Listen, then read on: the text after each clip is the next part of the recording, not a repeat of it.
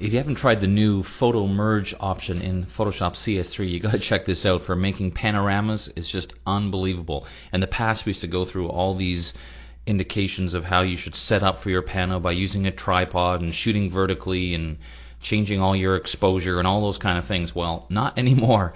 Here's some shots I took recently. I just was standing on a beach and literally just went click, click, click, click, click. Didn't even look at my camera settings, didn't use a tripod, just stood in one place and kind of turned and made somewhat of an effort to make sure I was overlapping the photos, but really just went fairly quickly and without really paying too much attention.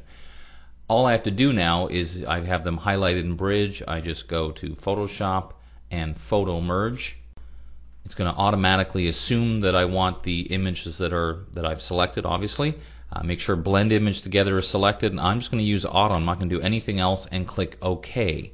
And it's going to basically run and do everything else automatic. I don't have to do anything else, of course, because this is a fully automatic function. Now in the past, in previous versions of Photoshop, it opened up a separate window for the panorama. Now it just does it.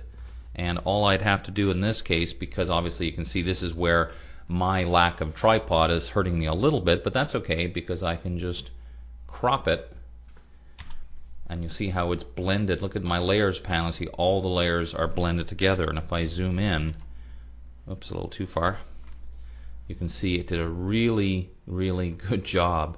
In fact, the only real giveaway that this is a panoramic, these girls really weren't twins. It was the same girl, and because she was running, she happened to appear in both photos, which, by the way, opens some interesting possibilities for this function.